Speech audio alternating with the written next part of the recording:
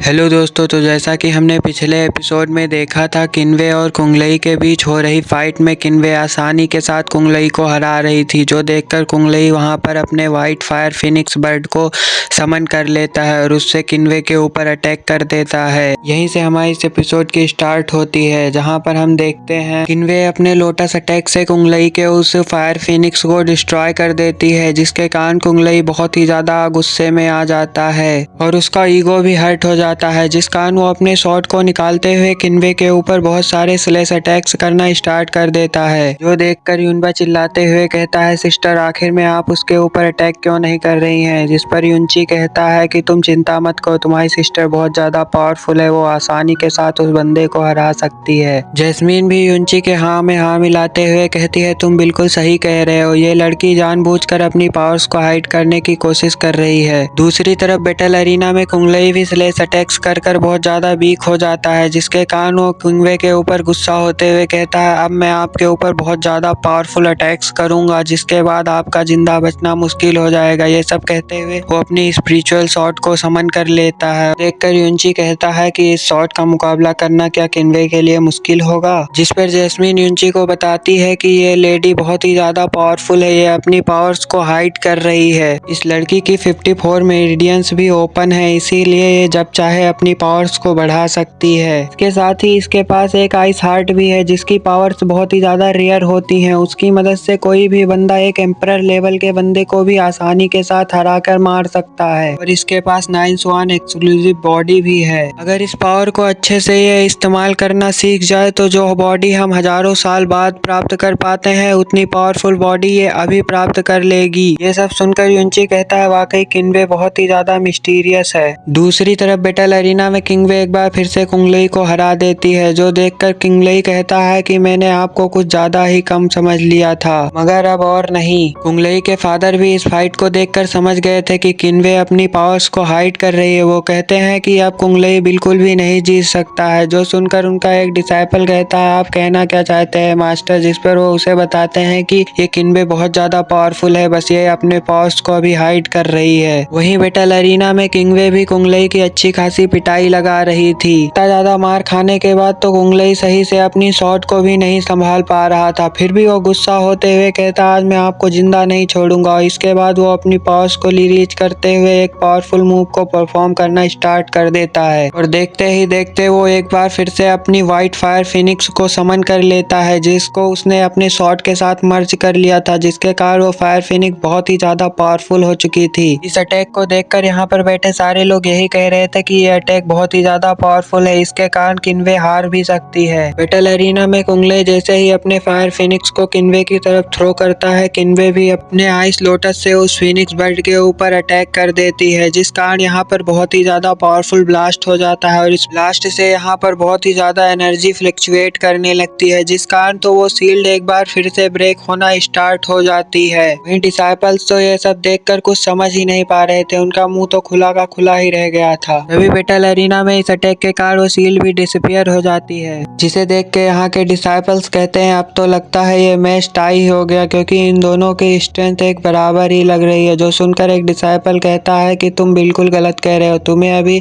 उस लड़की के पावर का अंदाजा ही नहीं है। बैटल अरीना में इतनी ज्यादा मार खाने के बाद भी ये गधा सुधरा नहीं था। ये फिर से एक बार खड़ा होते हुए किन्वे को धमकी देता है, कहता है कि आज मैं आपको जिंदा नहीं छोड़ूंगा, ये मैच तो मैं हर हाल में जीत कर ही रहूंगा। अब मैं अपने फादर की सिखाई गई एक बहुत ज्यादा पावरफुल सीक्रेट टेक्निक का यूज करने वाला हूँ। ये कहते हुए वो अपनी शॉट को निकाल कर हवा में कर देता है और हम देखते हैं उसकी शॉट में अलग तरह की मूवमेंट होने लगी थी। इस शॉट में हो रही चेंजमेंट को देखकर यहाँ के लोग बहुत ज्यादा हैरान हो जाते हैं। वो कहते हैं, ये तो गोल्डन सिटी की शॉट है और ये बहुत ज्यादा रेयर और पावरफुल शॉट भी है, क्योंकि ये एक फायर कॉम्बो शॉट है। लई के फादर भी इस शॉट को देखते हुए कहते हैं, अब मेरे सन के लिए बहुत ही ज्यादा क्रिटिकल मोमेंट आ चुका है, क्योंकि इस पावर को यूज करने के बाद अगर वो अपने अपोनेंट को नहीं हरा पाया तो इससे उसे भी बहुत ज्यादा नुकसान होगा। यहाँ बैटल अरीना में कुंगलई अपने शॉट को पूरी तरह से चेंज करने के बाद उसकी पावर्स को बढ़ा लेता है और फिर किंगवे की तरफ धीरे धीरे बढ़ने लगता है उसे मारने के लिए। किंगवे भी बहुत ज्यादा ध्यान से उसे ही देख रही थी, लेकिन वो यहाँ पर कोई भी मूवमेंट नहीं कर रही थी। दूसरी तरफ कुंगलई अभी बढ़ ही रहा था किंगवे की तरफ की, तभी उसकी पूरी बॉडी देखते ही देखते फ्रीज हो जाती है और उसकी शॉट भी उसके हाथ से से छूटकर गिर जाती है और वो भी वहीं पर जमीन पर किंगवे के सामने गिर जाता है। किंगवे ये देखकर अपनी शॉट को फिर से हटा लेती है, जिसके कारण कुंगलई फिर से अनफ्रीज होना स्टार्ट हो जाता है। दरअसल ये अटैक किंगवे ने अपनी शॉट से किया था, जो इतना ज्यादा फास्ट था कि वो किसी को यहाँ पर दिखा ही नहीं था। यहाँ की ऑडियंस भी ये देखकर अब बहुत ज्यादा शॉक हो चुकी थी। होस्ट भी दौड़कर कुंगलई के पास आ जाते हैं और उसकी नब्ज को चेक करना स्टार्ट कर देते हैं और वो कुंगलई की नब्ज को चेक करने के बाद कहते हैं कि अब कुंगलई बिल्कुल भी फाइट नहीं कर सकता है, क्योंकि वो इंटरनली बहुत ज्यादा डैमेज हो चुका है। इसीलिए यहाँ पर किंगवे, जो कि आइस इमोर्टल पैलेस से है, वो इस मैच को जीत चुकी है। ये सुनकर तो कुंगलई के फादर बहुत ज्यादा भड़क जाते हैं और वो तुरंत ही बैटल अरीना में आते हुए आरोप लगाने लगते हैं उस होस्ट के ऊपर। वो कहते हैं, तुम अपना काम ठीक से नहीं कर रहे हो, तुमने अभी तक मेरे बेटे को सही से चेक नहीं किया और यहाँ पर अनाउंस कर दिया कि ये लड़की यहाँ पर जीत चुकी है, तुम एक बार फिर से मेरे बेटे को चेक करो। जिस पर होस्ट उन्हें समझाते हुए कहते हैं, मास्टर सियाओ, मैं आपके इमोशंस को समझता हूँ, लेकिन आपका बेटा इंटरनली इतना ज्यादा डैमेज हो चुका है कि अब वो फाइट करने बिल्कुल लायक भी नहीं है। और अगर आप अब भी मेरे ऊपर विश्वास नहीं करते हैं तो आप खुद ही अपने बेटे को चेक कर सकते हैं। होस्ट आगे बताते हुए कहते हैं, मिस किंगवे ने जो इसके ऊपर अटैक किया है उसके कारण इसकी इंटरनल बॉडी में बहुत ज्यादा इंजरीज हो चुकी हैं, साथ ही साथ इसकी मेरिडियंस भी पूरी तरह से डिस्ट्रॉय हो चुकी हैं। लेकिन आप चिंता मत कीजिए, फिर भी आपका बेटा अभी जिंदा सलामत है।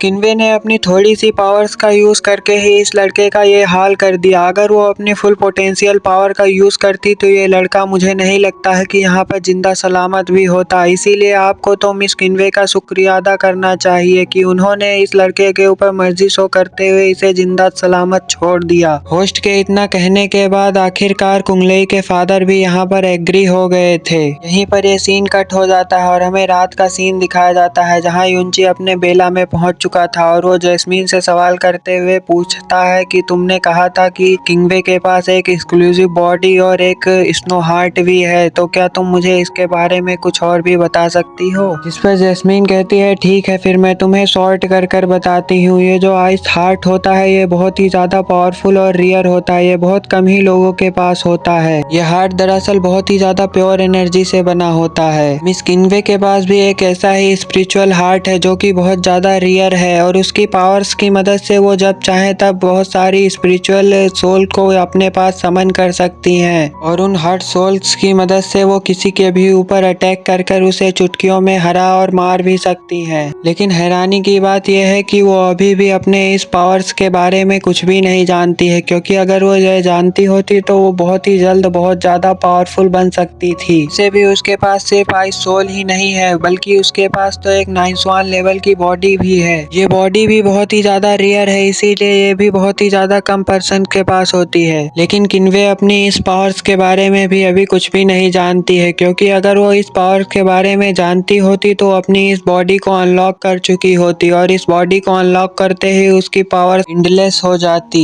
और साथ ही उसकी नॉर्मल बॉडी इतनी ज्यादा स्ट्रांग हो जाएगी कि वो अपने अंदर इन्फिनिटी पावर्स को एब्जॉर्ब कर कर रख सकती है। लेकिन दुख की बात तो यह है, इन पावर्स के होते हुए भी वो इनको परफॉर्म नहीं कर सकती हैं, क्योंकि इसे बहुत ही कम लोग परफॉर्म कर पाते हैं। और उसके निंसवान बॉडी के अंदर एक बेस्ट एल्केमी फर्नेस भी है, जो कि बहुत ही ज्यादा कम लोगों के पास होता है। जो सुनकर युंची शॉक होते हुए कहता है, क्या आपने फर्नेस कहा? उसके बॉडी के पास फर्नेस कैसे हो सकता है? जैस्मीन कहती है, ये 9th बॉडी कोई मामूली बॉडी नहीं है, उसके पास वर्ल्ड का बेस्ट फर्नेस है। साथ ही साथ उसमें इन और यन की एनर्जी भी मौजूद है, जिसकी मदद से वो जब चाहे तब बहुत ज्यादा पावरफुल बन सकती है और वो अपने दैत्यान लेवल को आसानी के साथ अचीव कर सकती है। ये सब सुनकर युंची कहता है, क्या आपको सच में लगता है कि वो अपने इन पावर्स के बारे में कभी भी नहीं जान पाएगी? जैस्मीन कहती है, उसकी बॉडी में इतनी सारी एक्सक्लूसिव पावर है तो कभी ना कभी तो उसे पता चल ही जाएगा, लेकिन फिलहाल के लिए उसे कुछ भी नहीं पता है। ये सीन यहाँ पर कट हो जाता है और हमें एक रूम के अंदर एक एल्डर को दिखाया जाता है, जो स्टोन के थ्रू किसी प्रिंसेस से बात करते हुए उससे कह रहा था कि आपको भी यहाँ पर आकर एक बार यहाँ पर हो रही बैटल्स को देखना चाहिए। यहाँ पर रोज रोज एक ना एक मिस्टीरियस पर्सन निकल कर बाहर आ रहे हैं और आज तो वैसे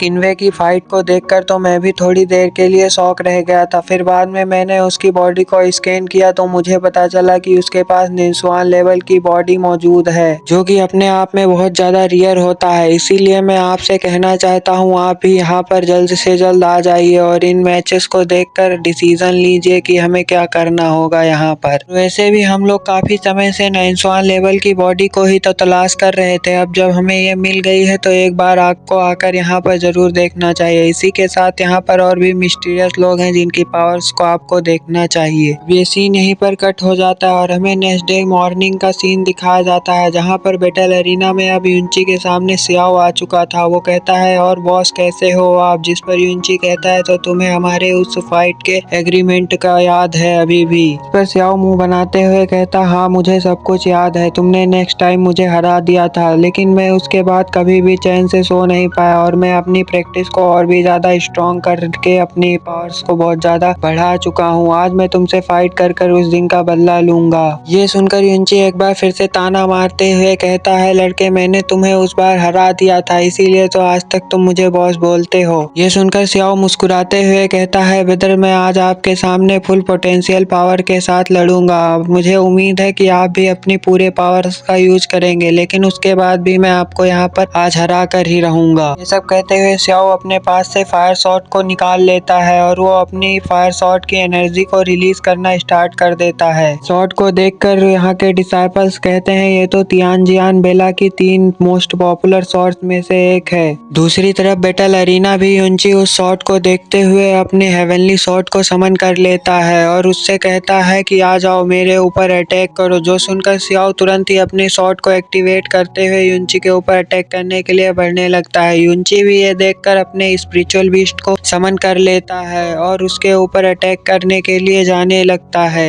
देखते ही देखते ये दोनों आपस में टकरा जाते हैं और इसके कारण यहाँ की शील्ड एक बार फिर से यहाँ पर डिसअपियर होना स्टार्ट हो जाती है, जो देखकर यहाँ के डिसाइपल्स और एल्डर्स मिलकर इस शील्ड को फिर से रिकवर करने लगते हैं। वहीं पर अंदर ये दोनों लड़ रहे थे जिनकी एनर्जी यहाँ पर फ्लक्चुएट कर रही थी। जो सब दूर खड़े एल्डर डीन भी देख रहे होते हैं, वो इस मैच को देखते हुए कहते हैं सियाओ तो वैसे बहुत अच्छा कर रहा है, लेकिन ये युनची भी उसे तगड़ी टक्कर दे रहा है। सियाओ के पास हमारे तियानजुआन सेक्ट की इतनी पावरफुल स्वॉर्ड है, फिर भी ये युनची उसे आसानी के साथ डॉर्च कर रहा है। ये सुनकर ब्रदर लिन कहते हैं आपने बिल्कुल सही कहा, ये युनची बहुत ही ज्यादा पावरफुल है, क्योंकि पिछली बार भी ये सियाओ से आसानी के साथ जीत गया था जबकि सियाओ ने अपनी फुल पावर का यूज किया था। तो सुनकर एल्डर डीन कहते हैं कोई बात नहीं, लेकिन फिर भी हमें इस बैटल को तो जरूर से जरूर जीतना ही होगा। दूसरी तरफ बैटल एरिना में सियाओ युनची से कहता है आपने तो बिल्कुल भी प्रोग्रेस नहीं किया ब्रदर। ये सब कहते हुए वो बहुत ही तेजी के साथ युनची के चारों तरफ चक्कर लगाना शुरू कर देता है। ये देखकर तो युनची भी कुछ समझ नहीं पा रहा था। वो अपने मन में सोचता है आखिर में ये क्या करने की कोशिश कर रहा है, जबकि सियाओ बहुत ही तेजी के साथ भाग रहा होता है युनची के चारों तरफ वो अपनी स्वॉर्ड लेकर, और सियाओ मौका पाते ही युनची के ऊपर एक स्लेश अटैक कर देता है जिसे युनची किसी तरह से डॉर्च कर लेता है। ये देखकर सियाओ उसके ऊपर बहुत सारे अटैक्स करना स्टार्ट कर देता है, जिसे डॉर्च करने में युनची बिजी हो जाता है। युनची अपने हेवनली शॉट को लेकर उन सारे स्लेश अटैक्स को डिस्ट्रॉय कर रहा था, जबकि सियाओ मौके का फायदा उठाते हुए थोड़ा सा पीछे हट जाता है और अपने मल्टीपल शॉट टेक्निक से वहां पर बहुत सारी शॉट्स क्रिएट कर देता है और उन सभी शॉट्स की पावर बढ़ाते हुए युनची के ऊपर थ्रो कर देता है। युनची भी इस पावरफुल अटैक को देखते हुए अपने शैडो डांसिंग टेक्निक को यूज कर यहाँ से भागना स्टार्ट कर देता है। युनची भागते हुए यही सोच रहा था कि इनमें से रियल शॉट अगर मुझे मिल जाए तो मैं उन्हें डिस्ट्रॉय कर इन सारी शॉट्स को डिस्ट्रॉय कर सकता हूँ। ही वो सारी शॉट्स तो युनची का पीछा ही नहीं छोड़ रही थी, जिधर युनची जा रहा था उसके पीछे पीछे ही जा रही थी, जिसके कारण युनची फ्रस्ट्रेट हो जाता है और वो कुछ शॉट्स को वहां पर खत्म कर